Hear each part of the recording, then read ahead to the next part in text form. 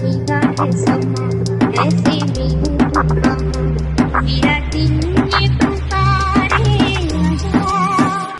अच्छा ठीक है समझ गया ठीक है। So hello everyone, welcome to my channel. तो कैसे हो सब लोग? तो आई होप सब लोग बढ़िया होंगे, घर बैठे मस्त वे में आप लोग अपने प्रिपरेशन कर रहे होंगे। तो आज का वीडियो आप लोग के लिए रहने वाला है एक रिवीजन पॉइंट ऑफ व्यू से वीडियो, यूनिट नंबर 8 का। तो याद रखिए, अगर आपको इसका डिटेल वीडियो देखना है तो आप लोग को आई बटन पे मिल गया होगा, वहां से जाकर डिटेल वीडियो देख सकते हो। ये रिवीजन वीडियो है। तो चलिए कवर अप करते हैं इसको बहुत जल्दी। तो बायोमैकेनिक्स एंड स्पोर्ट्स काफी इंपॉर्टेंट चैप्टर है क्लास 12th के लिए। तो वीडियो में आगे बढ़ने से पहले मैंने आप लोग के लिए बताना चाहता हूं कि मैंने आप लोग के लिए लेकर आया हूं 3 दिन की प्लेज, जिसमें कि हम लोग कवर अप करने वाले 8 मार्च, 9th और 10th मार्च को 7:30 PM को रेगुलर MCQ वाले इंपॉर्टेंट क्वेश्चंस को। तो आप लोग को ये सीरीज को देखना है, उसके बाद सेम डे को ही आप लोग का सेशन होने वाला है। तो आज ही के दिन ये सेशन होने वाला है, तो जरूर ज्वाइन करना। 7:30 PM को आप लोग का सेशन रहेगा। इन्विटेशन कोड मांगे तो मेरा नाम जकी डाल देना। ये फ्री सेशन है और ये सभी क्लासेस फ्री रहेगी, लिंक डिस्क्रिप्शन में गिवन है। आगे बढ़ने से पहले अगर आपको जो भी क्लास की अच्छी क्लिप लगती है या फिर आप लोग मुझे सपोर्ट करते हो तो आप लोग मुझे इंस्टा में फॉलो अप जरूर करना, साथ ही साथ टैग करना, स्टोरी में आपको शाउट आउट जरूर दूंगा। साथ ही साथ टेलीग्राम में फॉलो अप कर सकते हो, जिसके थ्रू आप लोग को हमेशा मैं अप टू डेट करता रहूंगा कौन सी क्लास कब होती है। और साथ में अनअकैडमी में जरूर ज्वाइन कर लेना, यहाँ पे मैं आप लोग के लिए ढेर सारी फ्री क्लासेस लेकर आता रहता हूँ। इसी के साथ साथ अगर आप इस चैप्टर के नोट्स डाउनलोड करना चाहते हो, किसी भी चैप्टर के नोट्स डाउनलोड करना चाहते हो, मेरी वेबसाइट से जाकर डाउनलोड कर सकते हो फ्री ऑफ कॉस्ट। उसके लिए आप लोग को कुछ पे नहीं करना पड़ता है। इसी के साथ साथ मैंने आप लोग के लिए एक फ्री मॉक टेस्ट ऑर्गेनाइज कराया हूँ कि फिजिकल एजुकेशन के अलावा आप लोग का बायो, मैथ्स और कॉमर्स के काफी सारे सब्जेक्ट के अभी एग्जामिनेशन आने वाले, तो उन सभी लोग के लिए मैंने all India mock test organize करवाया हूँ। क्लास 12 के पॉइंट ऑफ व्यू से रहेगा, आप इसको अटेंड जरूर करिएगा। इसके थ्रू आप लोग की बोर्ड्स की प्रिपरेशन किस लेवल की हुई वो भी पता चल जाएगा, और अगर आप लोगों ने बेस्ट परफॉर्म करे तो आप लोग को स्कॉलरशिप भी मिलने की चांसेस है। मैथ्स और बायो दोनों के लिए टेस्ट होने वाला है। साथ में कॉमर्स के अंदर हम लोग इकोनॉमिक्स, बिजनेस स्टडी, अकाउंटेंसी, इन सब के आप लोग के टेस्ट होने वाले। लिंक डिस्क्रिप्शन में गिवन है, फ्री ऑफ कॉस्ट इस टेस्ट को आप लोग ज्वाइन कर सकते हैं। इसके अलावा अगर मैं बात करूं न्यू सिलेबस की, तो कंटेंट आप लोग का ये रहने वाला है, जहां पे सबसे पहले हम लोग न्यूटन के लॉस के बारे में बात करेंगे, इक्विलिब्रियम क्या होता है वो देखेंगे, फ्रिक्शन क्या चीज है, और प्रोजेक्टाइल एंड मोशन क्या है, प्रोजेक्टाइल एंड स्पोर्ट्स क्या है वो देखेंगे। क्लियर दोस्त? एक और चीज याद रखना है कि न्यू सिलेबस के अकॉर्डिंग देख रहे तो लास्ट ईयर के वीडियोस मत देखते बैठना। अब बात निकल के आती है कि बायोमैकेनिक्स क्या होता है। बायोमैकेनिक्स एक ऐसी ब्रांच है जिसमें कि एक्चुअल में हम लोग किसी भी इंसान के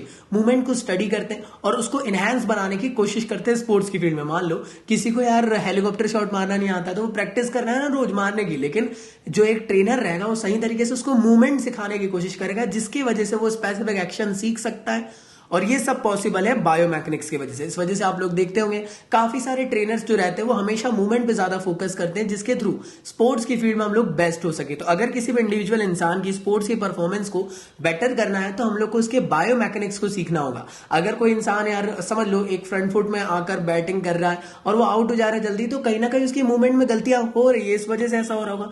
तो यार जो ट्रेनर है वो स्पेशलिस्ट चीजों को ध्यान देते हैं, और जो उनके स्पोर्ट्स के एथलीट है उनको ये सिखाते हैं क्या चीज, बायोमैकेनिक्स की चीज है। क्लियर दोस्तों? इसलिए आप देखते होंगे आईपीएल वगैरह में भी क्या कौन बॉलर किस एंगल से बॉल डाल रहा है, क्या कर रहा है, वो सब क्या है कि मूवमेंट किस तरीके से हो रहा है, फंक्शन किस तरीके से हो रहा है बॉडी का, वो सभी चीजें सिखाता है बायोमैकेनिक्स। तो एक किस्म से आप लोग यार फिजिक्स के पॉइंट ऑफ व्यू से आप लोग किसी भी इंडिविजुअल के इंसान के स्पोर्ट्स की परफॉर्मेंस को एनालाइज करते हो और एनहांस कर सकते हो। तो इस चैप्टर का सबसे पहला टॉपिक निकल के आता है न्यूटन्स लॉ ऑफ मोशन क्या है और क्या एप्लीकेशन इसकी लगती है। तो चलिए सबसे पहले जान लेते हैं न्यूटन के लॉज क्या होते हैं। न्यूटन का पहला, दूसरा, तीसरा बचपन वाले टॉपिक है यार।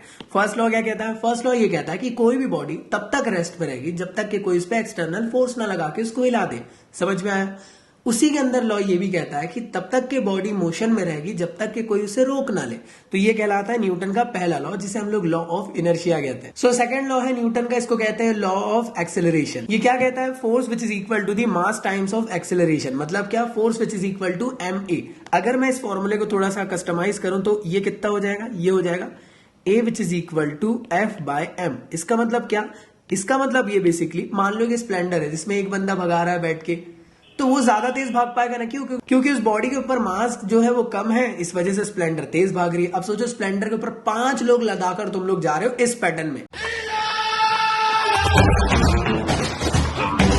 तो एक्सेलरेशन कम प्रोड्यूस होगा ना, क्योंकि मास ज्यादा हो गया। अगली अगर मैं बात करता हूँ न्यूटन के थर्ड लॉ की, न्यूटन का थर्ड लॉ कहता है every action has their equal and opposite reaction. ये होता है क्या? इसे कहते हैं लॉ ऑफ रिएक्शन। समझ में आया? बॉल अगर आप लोग दीवार पे मारते हो तो बॉल बाउंस बैक हो जाती है, किसी को आप झापड़ मारते हो तो दूसरे हाथ से आपको भी झापड़ पड़ जाता है। तो यहाँ पे लिखे हुए law of inertia, law of acceleration और साथ ही साथ लॉ ऑफ रिएक्शन। इन तीनों को आप लोग को अच्छे से याद रखना है, एग्जाम में बेशक ये पूछा जा सकते हैं और हो सके तो इनके 1 से 2 एग्जांपल्स आप लोग को याद होने चाहिए, बहुत ज्यादा इंपॉर्टेंट है। अगली बात करो, न्यूटन के एप्लीकेशंस बहुत ज्यादा जगह पे लगते हैं, जैसे स्विमिंग करते टाइम पे आप लोग को न्यूटन के लॉस लगते हैं, वॉकिंग करते टाइम आप लोग के न्यूटन के लॉ लगते हैं, शूटिंग करते टाइम न्यूटन के लॉ लगते हैं, हाई जंपिंग के टाइम पे भी न्यूटन के लॉ लगते हैं। तो आप लोग से एक छोटी सी रिक्वेस्ट है, ये चारों के लिए आप लोग नाम लिखोगे, उसके आगे लिखोगे कौन सा लॉ लग रहा है इसमें न्यूटन का, पहला, दूसरा, तीसरा।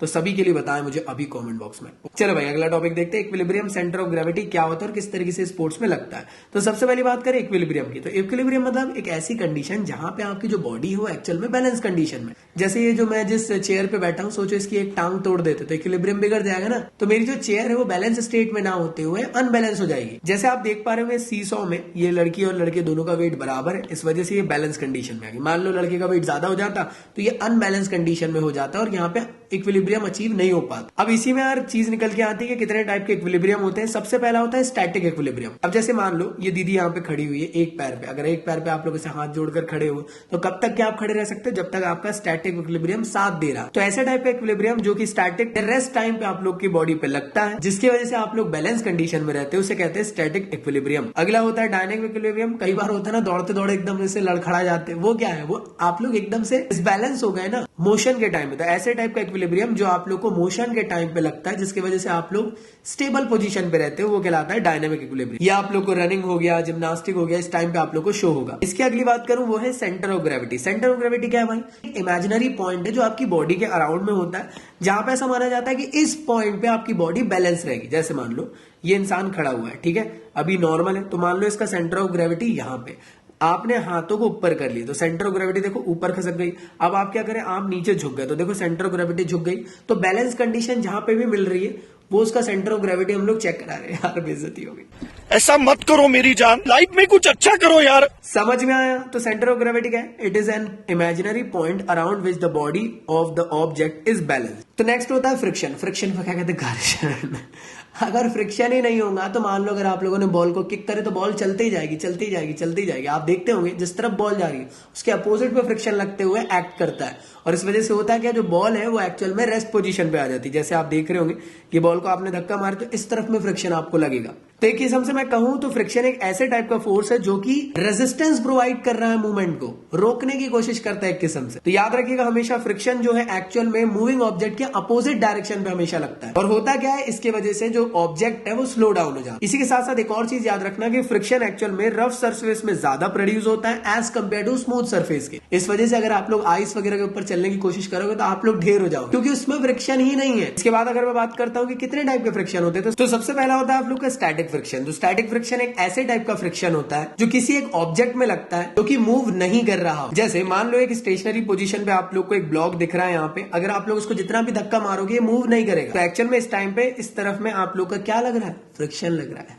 कौन सा फ्रिक्शन, स्टैटिक फ्रिक्शन। अगला होता है स्लाइडिंग फ्रिक्शन। तो स्लाइडिंग फ्रिक्शन क्या है, एक ऐसे टाइप का फ्रिक्शन तब लगता है जब कोई स्पेसिफिक ऑब्जेक्ट एक्चुअल में स्लाइड हो रहा है उस टाइम पे। समझ में आया। मान लो आप लोग एकदम स्मूथ सरफेस पे अगर स्लाइड होने की कोशिश करोगे तो आप फिका जाओगे, लेकिन अगर कोई रफ सरफेस में आप लोग स्लाइड हो रहे तो आप देखते होंगे ना, आप रुकने की कोशिश करते हो। मान लो बचपन में जो फिसल पट्टी रहती थी जो स्लाइड्स वगैरह रहती थी उसमें अगर उबड़ खाबड़ है तो पैंट तो छिल जाता था और इंसान वहीं पे फंस जाता था ना बीच में, क्योंकि उस स्लाइड के अंदर स्लाइडिंग फ्रिक्शन लग रहा था जो ऑब्जेक्ट को रोकने की कोशिश कर रहा था। अगला होता है रोलिंग फ्रिक्शन। ये रोलिंग फ्रिक्शन कब लगता होगा भाई, जैसे आपने बॉल को फेंके ग्राउंड में तो ये बॉल जा रही है, तो मतलब क्या बॉल रोल हो रही है, मतलब क्या ऑब्जेक्ट रोल हो रहा है। तो ऑब्जेक्ट रोल जिस तरफ हो रहा है उसके अपोजिट डायरेक्शन में जो फ्रिक्शन लगता है वो कहलाता है रोलिंग फ्रिक्शन। इसके बाद अगला होता है फ्लूइड फ्रिक्शन। मतलब इस तरफ में आप लोग मूव कर रहे हो स्विम करते हुए तो इसके अपोजिट डायरेक्शन में आप लोग को एक फ्रिक्शन प्रोड्यूस होता है जिसे कहा जाता है फ्लूइड फ्रिक्शन। सीधी सिंपल बात है, जितना ज्यादा फ्रिक्शन लगेगा स्विमिंग करने में उतनी ज्यादा तकलीफ होगी कि नहीं होगी, कमेंट बॉक्स में बताना जरा। तो मेरे ख्याल से तुम लोग को यहाँ तक चीजें क्लियर हो चुकी होंगी। अगला टॉपिक है प्रोजेक्टाइल इन स्पोर्ट्स। तो प्रोजेक्टाइल मतलब क्या है कि मानो आप लोग बॉल को ऊपर फेंके तो एक प्रोजेक्टाइल क्रिएट करते हुए जाते हैं ना इस तरीके से। प्रोजेक्टाइल क्या है तो आइए जानते हैं। So projectile is anything which is thrown और जंपिंग इनटू द एयर। किस तरीके से, इस तरीके से। मान लो यहाँ पे आप लोग ऑब्जेक्ट आप लोगों ने फेंके, आप जानते हो कि यार ऑब्जेक्ट में वेट भी है, वेट होने की वजह से जो अर्थ की ग्रेविटी वो नीचे खींचेगी और फोर्स कितना लगेगा, mg फोर्स। तो आपने किसी ऑब्जेक्ट को फेंके तो होगा क्या, फोर्स नीचे लगेगा। अब देखो नीचे भी फोर्स लग रहा है और ये ऊपर भी जाना चाह रहा है, तो रिजल्टेंट डायरेक्शन इधर बन जाता है। इस वजह से हम ऑब्जर्व करते हैं इस तरीके का एक पैराबोलिक कर्व बनाते हुए ऑब्जेक्ट जाएगा, इसे कहा जाता है प्रोजेक्टाइल। तो जैसे आप लोग ऑब्जर्व कर रहे हो, ये एक फुटबॉल को किक कर रहा है, मान लो इसने बहुत बड़ा एंगल बनाते हुए बॉल को मारा, तो होगा क्या, बॉल ज्यादा दूर नहीं जाएगी क्योंकि एंगल बहुत ज्यादा बड़ा बन गया। अगर मैं वही चीज कहता हूं कि यार बहुत कम एंगल बनाते हुए थ्रो करने की कोशिश करूंगा, तब भी ऑब्जेक्ट ज्यादा दूर नहीं जाएगा। अगर मैं इन दोनों के रिजल्टेंट डायरेक्शन मतलब 45 डिग्री के एंगल पे मारूंगा, तो देखूंगा कि जो ऑब्जेक्ट है वो ज्यादा दूर जाने की कोशिश करेगा। मतलब प्रोजेक्टाइल जो है स्पोर्ट्स में बहुत ज्यादा मेजर रोल प्ले करता है। क्रिकेट खेलते टाइम भी यार आप लोग अगर सीधे बॉल फेंकोगे, इतने दूर नहीं पहुंच पाएगी एज कम्पेयर टू अगर आप लोग थोड़ा सा एंगल बना के बॉल को थ्रो करते हो बाउंड्री लाइन से। तो अगला टॉपिक है factor affecting the projectile. Sidhi simple बात, एंगल ऑफ प्रोजेक्शन बहुत ज्यादा इंपॉर्टेंट रोल प्ले करता है। क्रिकेट में अगर आपको 6 मारना है तो एंगल ऑफ प्रोजेक्शन ज्यादा लंबा रहना चाहिए, इसकी वजह से बाउंड्री पार हो सके बॉल, अदरवाइज जो बीच में फील्डर खड़ा है वही बॉल पकड़ लेगा। इसी के साथ साथ प्रोजेक्टाइल की वेलोसिटी भी बहुत ज्यादा इंपॉर्टेंट है। वेलोसिटी ही नहीं रहेगी तो बॉल ज्यादा दूर नहीं जा पाएगी। सोच रहे थे बाउंड्री पार मारो, सर्कल के अंदर ही बॉल में कैच हो गया। इसके अलावा होता है relative height of the projectile. Sidhi simple बात, आप छक्का मारने के लिए गए और आपने सीधी बॉल ही उठा दी, सीधी बॉल उठा दोगे तो क्या आपको लगता है कि बाउंड्री पार हो पाएगी? वही एंगल ऑफ प्रोजेक्शन भी बहुत इंपॉर्टेंट रोल प्ले करता है प्रोजेक्टाइल के लिए। क्लियर दोस्तों?